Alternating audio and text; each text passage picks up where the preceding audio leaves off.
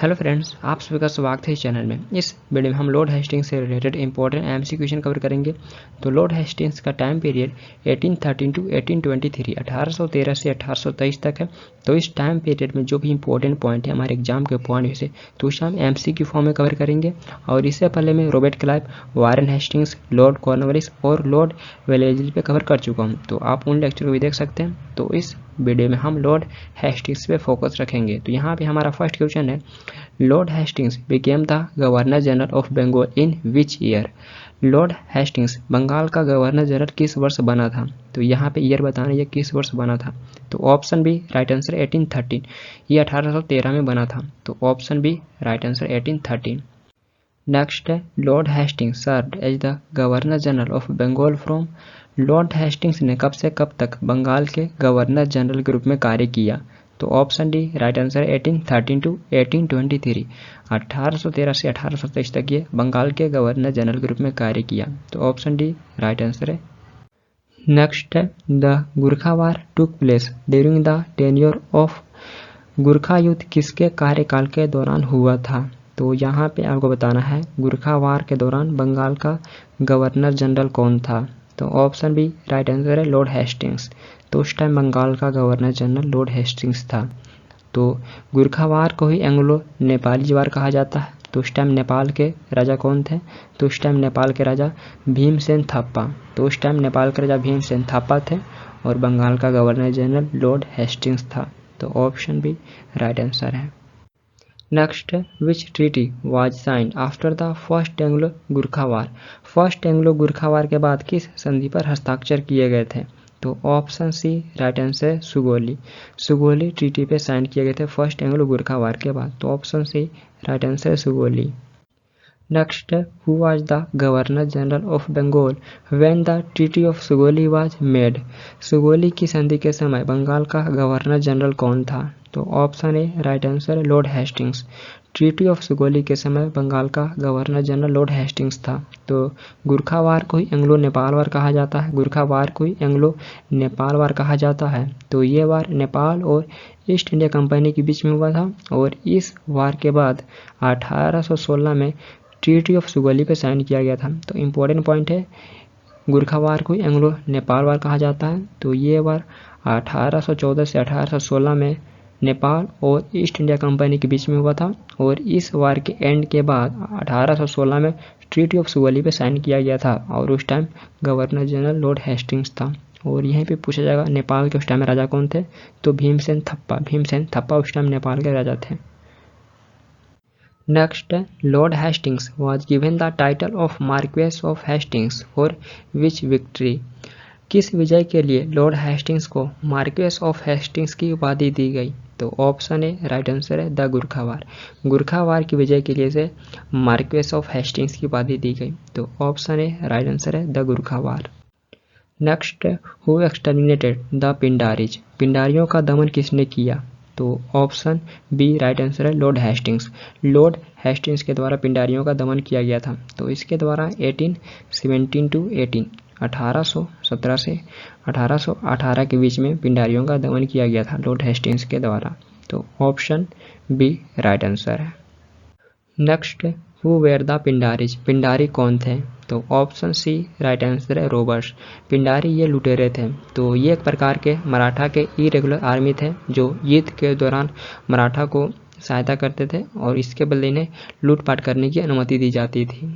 तो ये एक प्रकार के लुटेरे थे। तो ऑप्शन सी राइट आंसर है।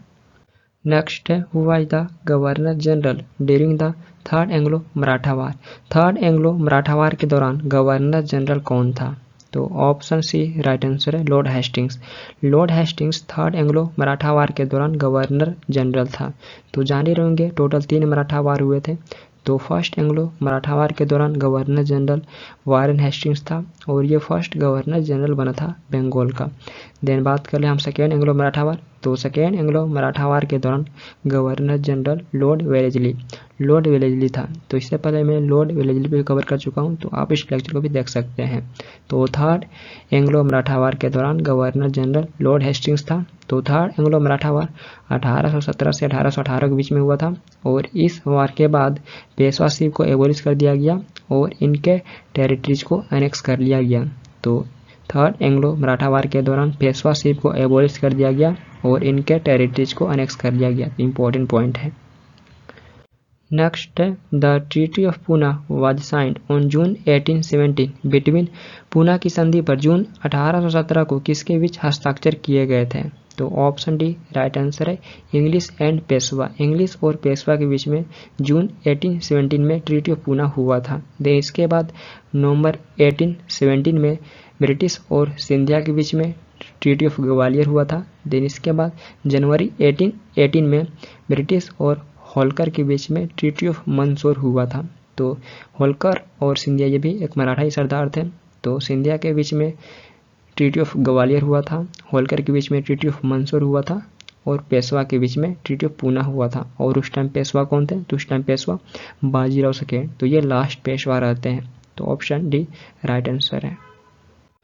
नेक्स्ट है who among the following ultimately removed the Maratha Peshwa from his position, annexed his territories and sent him to a distant place? निम्नलिखित में से किसने अंततः मराठा पेशवा को उसके पोजीशन से हटा दिया, उसके टेरिटरीज पे कब्जा कर लिया और उसे दूर स्थान के लिए भेज दिया? तो option C right answer Hastings. तो ये हेस्टिंग्स था जो मराठा पेशवा को उसके पोजीशन से हटा दिया, उसके टेरिटरीज को अनेक्स कर लिया और उसे दूर स्थान के लिए भेज दिया। तो ऑप्शन सी राइट आंसर है हेस्टिंग्स। नेक्स्ट है who among the following was governor general when Peshwa was dethroned and sent to Bithoor. जब पेशवा को गद्दी से उतार कर बिटूर भेजा गया तो निम्नलिखित में से कौन गवर्नर जनरल था? तो ऑप्शन बी राइट आंसर है लॉर्ड हेस्टिंग्स। तो उस time governor general Lord Hastings था। तो जान ही रहेंगे 1818 में जब third Anglo Maratha war and होता है तो उस टाइम पेशवा थे बाजीराव सेकेंड। तो बाजीराव सेकेंड उस टाइम पेशवा थे, तो वे इस बैटल में पराजित हो जाते हैं और उसके बाद इन्हें पेंशनर बनाकर अंग्रेजों के द्वारा कानपुर के नज़दीक बिटूर भेज दिया जाता है और ये लास्ट पेशवा रहते हैं, क्योंकि इनके एक दत्तक पुत्र थे दोंडू पंत।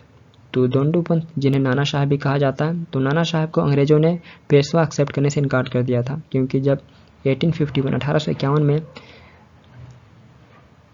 बाजीराव सेकेंड का मृत्यु होता है तो उसके बाद नाना साहब को अंग्रेजों ने पेशवा एक्सेप्ट करने से इनकार कर दिया था। फिर 1857 में कानपुर से ही नाना साहब 1857 के रिवोल्ट को नेतृत्व करेंगे। तो ये कुछ इंपॉर्टेंट फैक्ट है। और पेशवा को बिटूर भेजा गया था लॉर्ड हेस्टिंग्स के समय में। तो ऑप्शन बी राइट आंसर है। Next who was the governor general of Bengal when treaties of 1818 were concluded with princely states of Rajputana. Rajputana की रियासतों के साथ 1818 की संधियों के समय भारत का गवर्नर जनरल कौन था? तो ऑप्शन डी राइट आंसर है लॉर्ड हेस्टिंग्स। तो उस time governor general Lord Hastings था। तो जो राजपूताना के प्रिंस स्टेट थे तो 1818 के पहले ये मराठा के साथ में ट्रीटी किए हुए थे, लेकिन 1818 के बाद ये अंग्रेजों के साथ ट्रीटी कर लेते हैं। तो ऑप्शन डी राइट आंसर उस time governor general Lord Hastings था।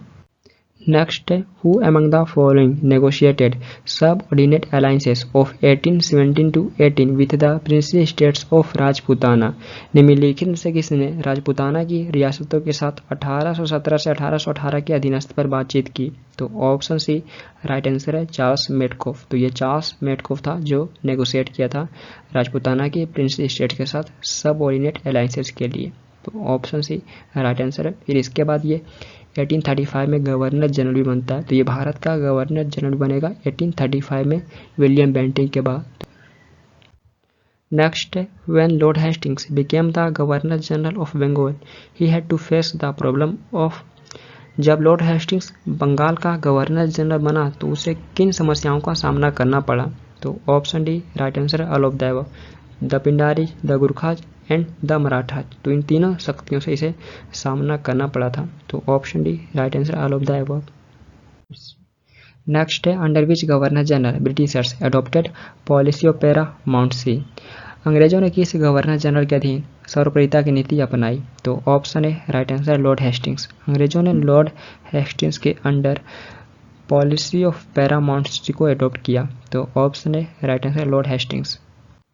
Next, at the time when empires in Europe were crumbling before the might of Napoleon, which one of the following Governor-General kept the British flag flying high in India? निम्नलिखित में से किस governor general ने उस समय भारत में British ध्वज को ऊंचा रखा जब यूरोप में एम्पायर नेपोलियन की ताकत के सामने ढह रहे थे? तो option D right answer Lord Hastings. तो ये उस टाइम गवर्नर जनरल था जो भारत में ब्रिटिश ध्वज को ऊंचा रखा था जब यूरोप में एम्पायर नेपोलियन की ताकत के सामने ढह रहे थे। तो option D right answer Lord Hastings. Next, when the Hindu college was founded, Hindu college की स्थापना कब हुई? तो यहाँ पे आपको बताना हिंदू कॉलेज का फॉर्मेशन कब किया गया था। तो ऑप्शन सी राइट आंसर 1817।